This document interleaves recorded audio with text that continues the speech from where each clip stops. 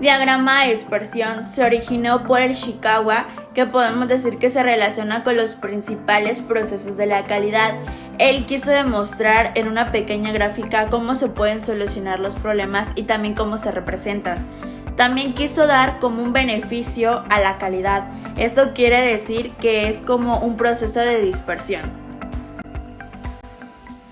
Autor: Ishikawa fue miembro de la Unión Japonesa de Científicos e ingeniero. También podemos decir que fue uno de los principales exponentes de la calidad en Japón.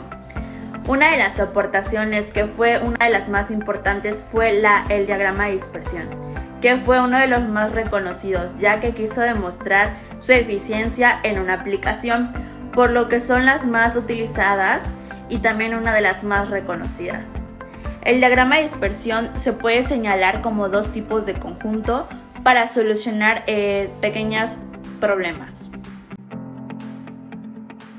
El diagrama de dispersión es una herramienta utilizada cuando se desea realizar un análisis gráfico de datos binarios, es decir, se refiere a dos conjuntos de datos y el resultado del análisis puede demostrar que existe una relación entre una variable y la otra. El diagrama de dispersión tiene el propósito de controlar mejor el proceso y mejorarlo. Resulta indispensable conocer cómo es y se comportan algunas variables de calidad.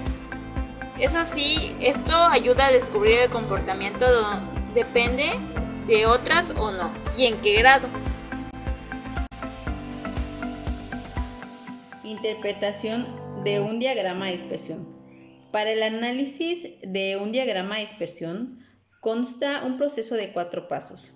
El primer paso: se debe elaborar una teoría razonable, ya que este será objeto de análisis. En el segundo paso se obtienen los pares de valores y se debe dibujar un diagrama. En el tercer paso se debe identificar la pauta de correlación de las variables.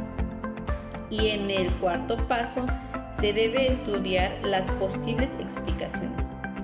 Más adelante vamos a hablar a detalle sobre estos pasos para la construcción del diagrama de dispersión. La relación entre las dos variables como resultado de la gráfica puede ser positiva, puede ser negativa, de posible correlación positiva, de posible correlación negativa o bien que no exista correlación. A continuación vamos a hablar sobre las características de cada una de estas. ¿Cómo se interpreta el diagrama de dispersión? Cuando es una correlación positiva, como podemos ver aquí en la ilustración, significa que hay un aumento en la variable X, lo que provocará un aumento en la variable Y. Cuando es correlación negativa, significa que igual habrá un aumento en la variable X, pero eso provocará que exista una disminución en la variable Y. Ahora bien, cuando es una posible correlación positiva, esto quiere decir que hay un aumento hacia la orientación en el sentido positivo, es decir, en la variable X, pero el patrón de puntos no permite establecer visualmente si existe una correlación, ya que los puntos se muestran muy dispersos. Y cuando se trata de una correlación negativa, significa que hay una orientación en el sentido negativo, es decir, en la variable Y. Y de igual manera, el patrón de puntos no permite establecer visualmente si existe una correlación, ya que los puntos están de igual manera muy dispersos, como lo podemos ver aquí en las ilustraciones. Cuando no existe correlación, bueno, como podemos ver aquí, es cuando los puntos no tienen una orientación definida, es decir, que no se inclinan ni hacia sentido positivo ni hacia sentido negativo, por lo que no se puede visualizar la correlación entre las variables. También cabe mencionar que cuando se presentan valores que generan puntos separados o aislados, también se denominan puntos anómalos, se debe dejar fuera del análisis, ya que posiblemente sean mediciones equivocadas o cambios importantes en el proceso. En ambos casos se debe investigar la causa de dichos puntos. Pasos para elaborar un diagrama de dispersión. Como primer punto es identificar la situación y las variables. Es importante saber identificar la aplicación de un diagrama de dispersión en una empresa. Lo primordial es identificar los problemas que surgen dentro de una organización.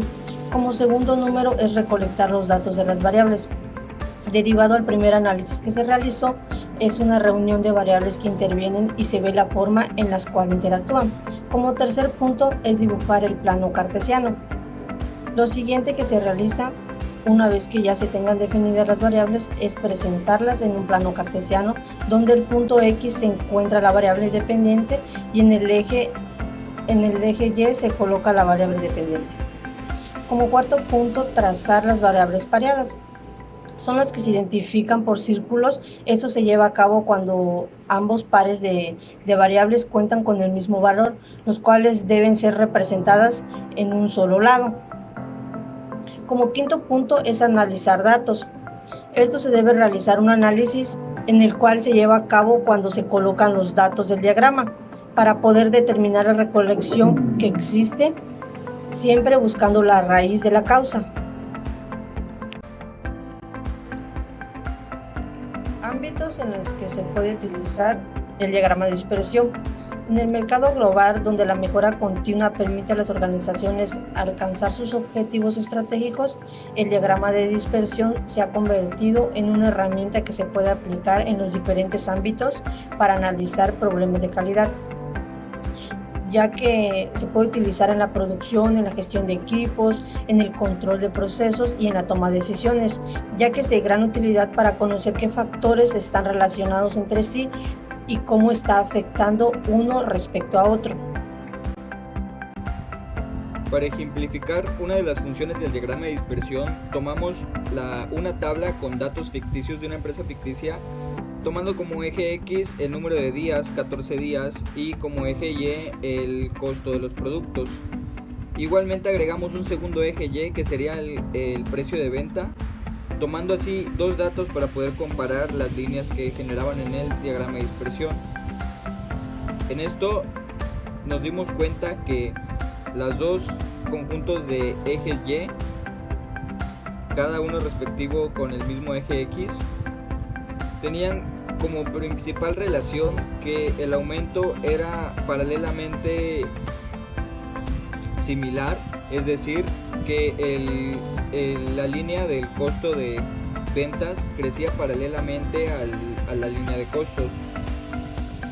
Y pues el principal punto en común, la relación que tenían y lo que nos ayudó a ver el diagrama de dispersión es este.